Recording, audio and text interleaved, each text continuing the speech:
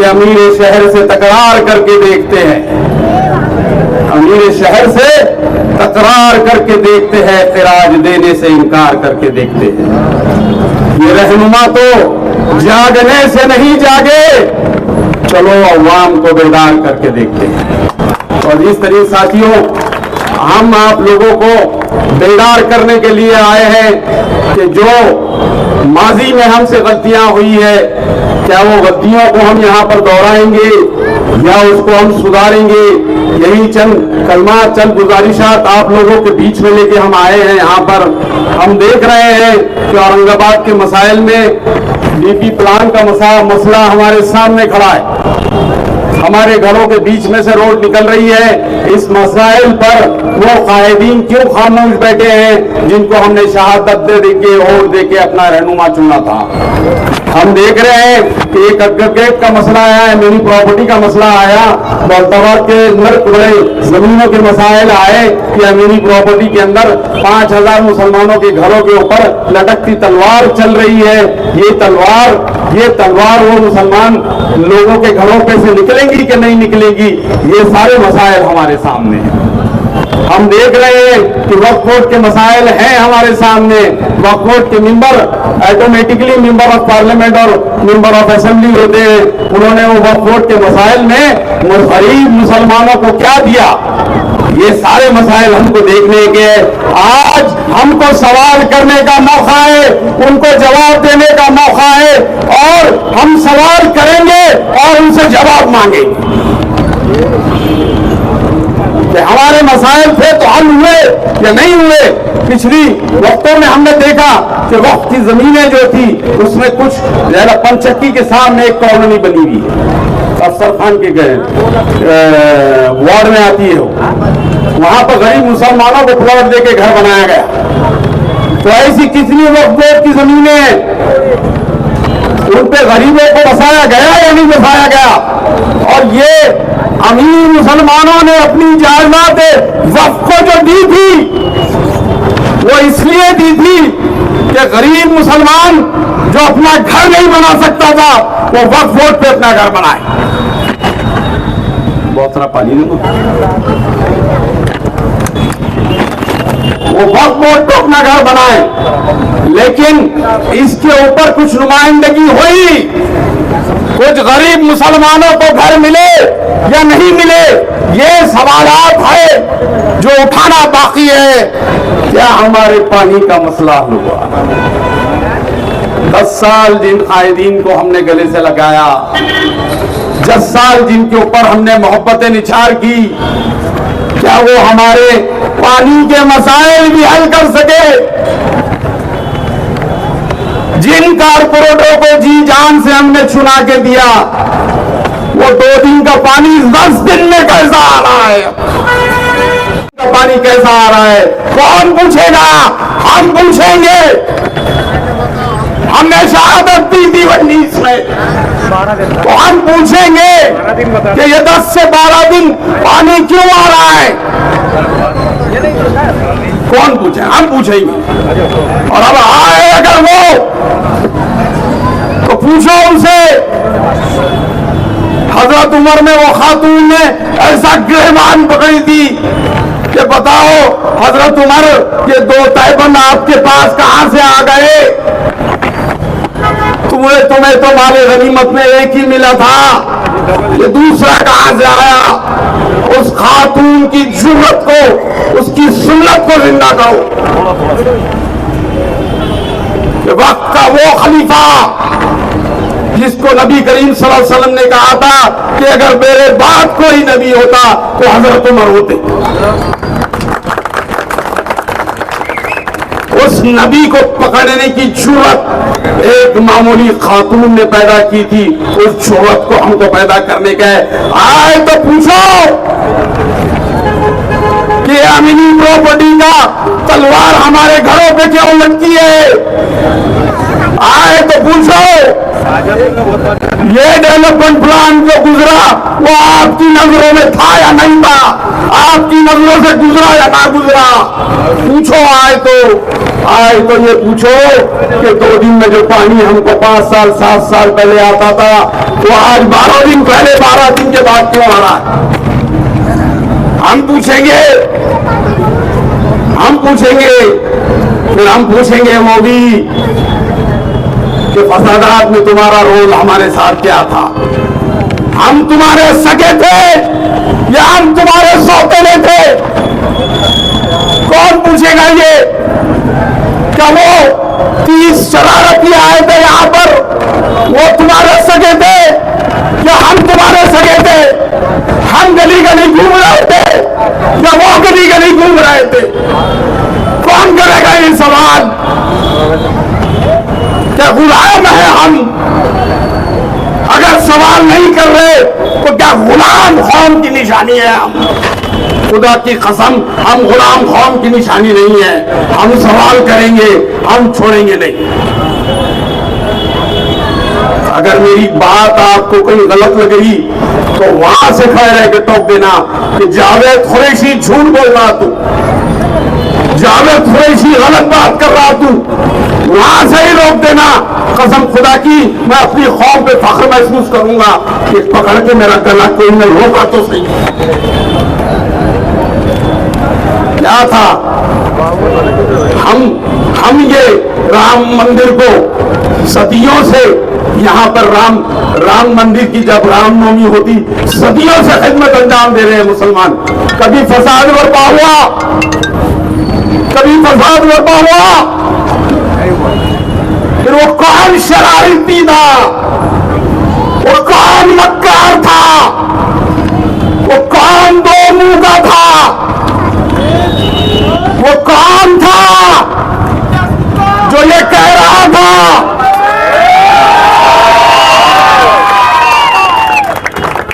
कौन था वो कह रहा था कि जाओ नहीं तो तुम्हारे महलों का कुम्भी का ऑपरेशन कर दूंगा। कौन करेगा सवाल ये? कौन करेगा सवाल ये? कौन बोलेगा कि हम बटन डाले थे, हम बटन के प्लेयर निकले थे? तो पूरी कौम को बदनाम कर रहा है। हम बटन के प्लेयर निकले, हम खिदमत अंजाम दे रहे थे, हम खिदमत अंजाम दे रहे थे। जो शरारत करने वाले थे वो तेरे सगे थे क्या? तेरे सगे थे क्या? अगर वाकई तू मुसलमानों का खाए बेटा तो उन पे गुनाह दाखिल करके बताता। उस पे गुनाह दाखिल नहीं हुआ। इस तरीन साथियों, क्यों नहीं हुआ? हमको लकड़ी बताता, हमको लकड़ी बताता, और जिन पे गुनाह दाखिल है वहां खामोशी क्यों? मैं फिर कह रहा हूं, मैं गलत कह रहा हूं तो गला पकड़ हो मेरा,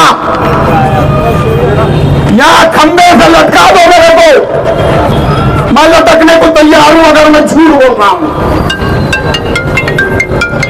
अजीज साथियों, ये बहुत मसाइल है।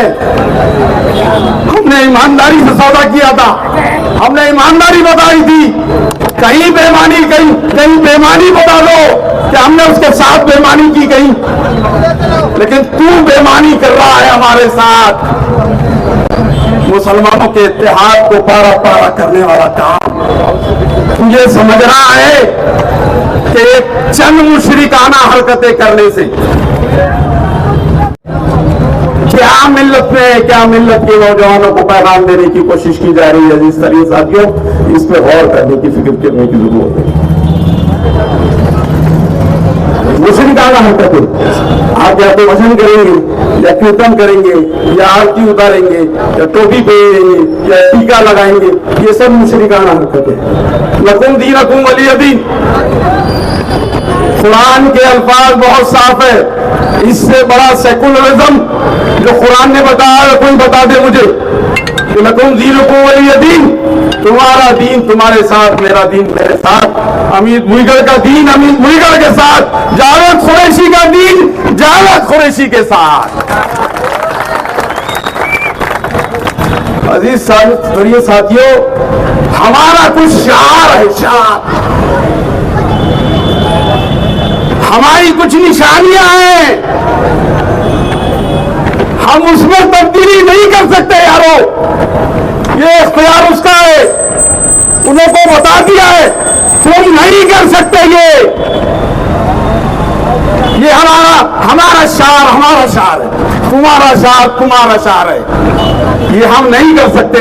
तो क्या नौजवानों को ये पैगाम देने की कोशिश कर रहे हो कि हिंदुस्तान में अगर रहना है तुमको, तो तुमको ये करके दिखाना पड़ेगा, ये करके दिखाना पड़ेगा। क्या ये पैगाम हमारे मुस्लिम नौजवानों को लेने की कोशिश हो रही है?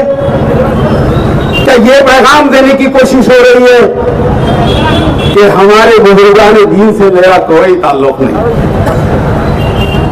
मेरा कोई ताल्लुक नहीं है, मेरा औरंगजेब से कोई ताल्लुक नहीं है, मेरा मुगलों से कोई ताल्लुक नहीं है, मेरा निजाम से कोई ताल्लुक नहीं है, तो तेरा ताल्लुक हमारे से कैसा है रे बाबा?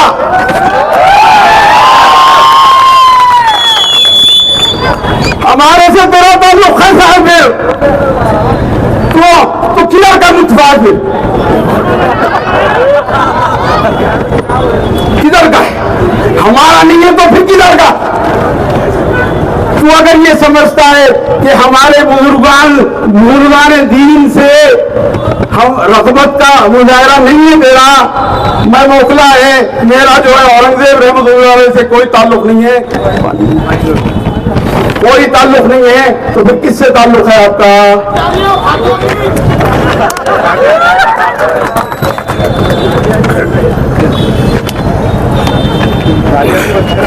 फिर किसके ताल्लुक है? मैं मुख्तसरन, बहुत वक्त का, मैं बहुत बड़े बड़े लोग यहाँ बोलने वाले हैं भी। औरंगजेब रहमतुल्लाह अलैह की तारीख एक बड़ी पिक्चर बन रही है कि मैं पढ़ा लिखा है, मैं पढ़ा लिखा है, समझ रहे हैं आप? मैं पढ़ा लिखा है। मैं बताऊं कि अगर आप पढ़े लिखे हैं तो औरंगाबाद की तारीख की आपको क्या मालूमात है? औरंगजेब रहमतुल्लाह अलैह को आपने कितना पढ़े? कुछ पढ़े? वो बादशाह, मर्द सगीर का सबसे बड़ा बादशाह जिसने 52 साल हुकूमत की, वो बादशाह से आपने अपना कतई ताल्लुक कर दिए। ठीक है, आप जाइए, आप शिवाजी के मावड़े, आप शिवाजी के मावड़े, शिवाजी महाराज के मावड़े रहिए, हमारे को कोई लेने देना नहीं तुम्हारे उससे, रहिए आप रहिए, आपकी औकात नहीं है औरंगजेब रहमतुल्लाह अलैह से अपना ताल्लुक जोड़ने की, आपकी हैसियत नहीं है उस शख्स के बराबर अपने आप को बैठने की, बनवाने की, उस हस्ती की। वो बादशाह बर्र सगीर का सबसे बड़ा बादशाह, मुगल सल्तनत का सबसे बड़ा बादशाह, मुगल सल्तनत में सबसे ज्यादा हुकूमत करने वाला बादशाह, जिसका रहन सहन अगर आप देखते हैं ना, तो गोकुल के कांटों का सालन खाने वाला बादशाह, जौ की रोटी का सालन खाने वाला बादशाह, चटाई पे सोने वाला बादशाह, कुरान लिख के अपनी रोटी रोजी चलाने वाला बादशाह, टोपियां सी के अपनी रोटी रोजी चलाने वाला बादशाह, ये वो बादशाह है जिसपे हमारे जैसे लोगों को ही फख्र है, और हम फख्र से कहते हैं कि वो हमारा पीर है, वो हमारा मुर्शिद। हमारे तो तुमसे लेना देना नहीं, तुम्हारी हैसियत नहीं है वो कि तुम अपना ताल्लुक भी उससे जोड़ो। और अब अगर तुम औरंगजेब रहमतुल्लाह अलैह की खबर को जाके टच करेंगे तो याद रखो तुम्हारी ये मुनाफिकत बर्दाश्त नहीं की जाएगी, तुम्हारी ये मुनाफिकत बर्दाश्त नहीं की जाएगी, क्योंकि तुमने इनकार कर दिया, तुमने इनकार कर दिया उस शख्सियत को। शिराजी रहमतुल्लाह अलैह की बगल में अपनी खबर बड़ी शान से सादगी से बैठा है, सो रहा है वो बंदा, सारे लोग आ रहे हैं उसके ऊपर। क्या पढ़े लिखे तुम? अरे तुम पढ़े लिखे जाहिल हो, तुमको मालूम नहीं है उस शख्सियत के कारनामे। इस औरंगाबाद के अंदर जितने बड़े बड़े मनाबिर है, उस इस दौरे हुकूमत में ही हिंदुओं को नसीब हुए थे। वो कोई इंकार नहीं करता वो दस्तावेजात के ऊपर औरंगजेब रहमतुल्लाह अलैह की देन थी वो भी। अजीज साथियों, आने वाला वक्त नाजुक है, ये आपको सबको समझ रहा है, लेकिन आने वाले वक्त में आपको मुनाफिक को पहचानने की जरूरत है कि कौन मुनाफिक है। मुझे भरोसा है ये 12-13 दिन में इंशाअल्लाह मैं आपको बता दूंगा कि ये हाजिरी देना औरंगजेब रहमतुल्लाह अलैह के पास, ये हाजिरी देना। और सुन ले, अगर तू हाजिरी नहीं देना तो मुसलमान तेरे को तेरी हैसियत बता देंगे।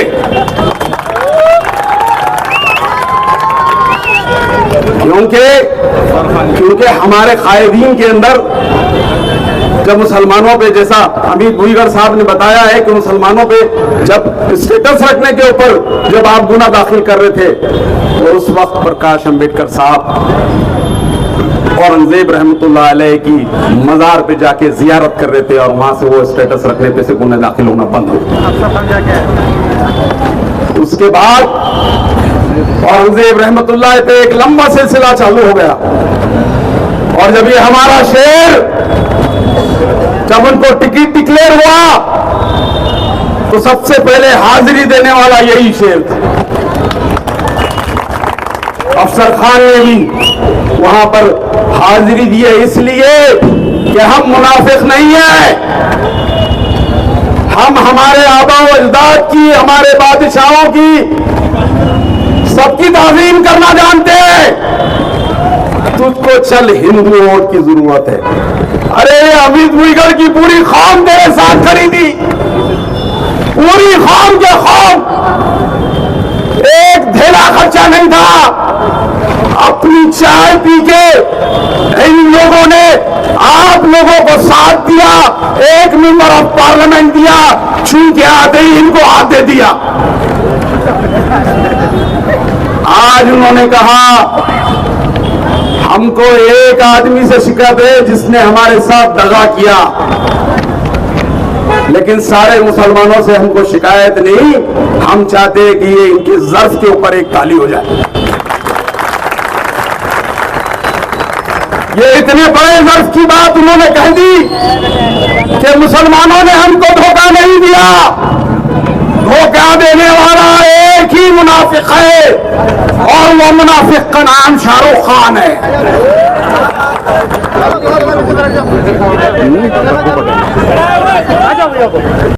अजीज साथियों, गब्बू पटेल साहब और अशफाक पटेल साहब आज उनकी हम लोगों को वो ताईद देने आ रहे हैं। मैं उनका बहुत तहे दिल से शुक्रिया अदा करता हूं कि वो वंचित बहुजन अघाड़ी के उम्मीदवार अशफाक खान को अपनी भरपूर ताईदों से नवाज रहे हैं। अफसर खान, किसका नाम दिया मैंने?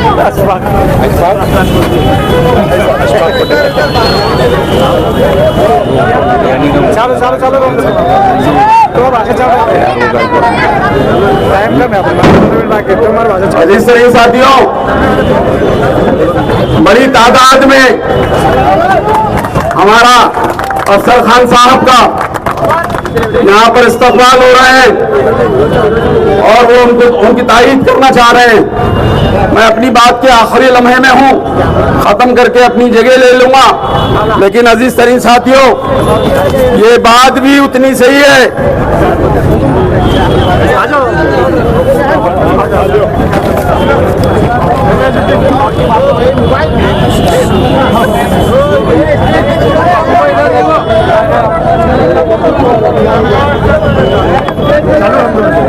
अजीज तरीन साथियों, मेरा वक्त भी खत्म हो रहा है। बहुत बातें आप लोगों के वो शुक्रगुजार करना था, मैं कर रहा हूं। मैं इन तमाम साथियों का खैर मकदम करता हूं, उनको तहे दिल से उनका शुक्रिया अदा करता हूं कि आज इस दरबार होटल की सभा में आज उन्होंने भरपूर तारीफ से हमको नवाजा है। कसम खुदा की हम उन लोगों से वादा करते हैं कि अगर इंशाअल्लाह हमारी जीत अगर होती है तो मैं कहता हूं कि हम इनको नाराज नहीं करेंगे, इनको शर्मिंदा नहीं करेंगे, इनसे ये मुतालबा नहीं करेंगे कि हम आपके घरों के ऊपर बॉम्बिंग ऑपरेशन कराएंगे। ये मुतालबा हम नहीं करेंगे, कसम खुदा की नहीं करेंगे।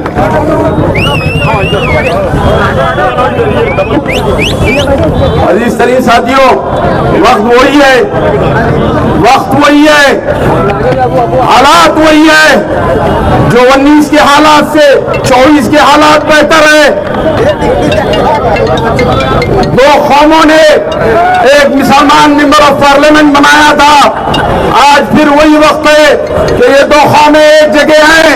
किरदार में तब्दीली आ चुकी है, मैं अपनी जगह लेता हूं। इस शेर के साथ मैं अपनी जगह लेता हूं और ये शेर उन लोगों के नजर करता हूं कि वो अपने होश के नाखून ले।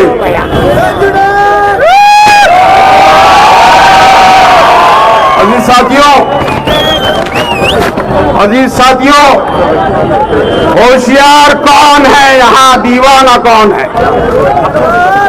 होशियार कौन है यहाँ, दीवाना कौन है? खाम पे मर मिटने को तैयार कौन है? ये मरहला भी आएगा एक दिन, ये मरहला भी आएगा एक रोज दिन देखना, तारीख खुद बताएगी गद्दार कौन है, गद्दार कौन है। खुदा हाफिज़।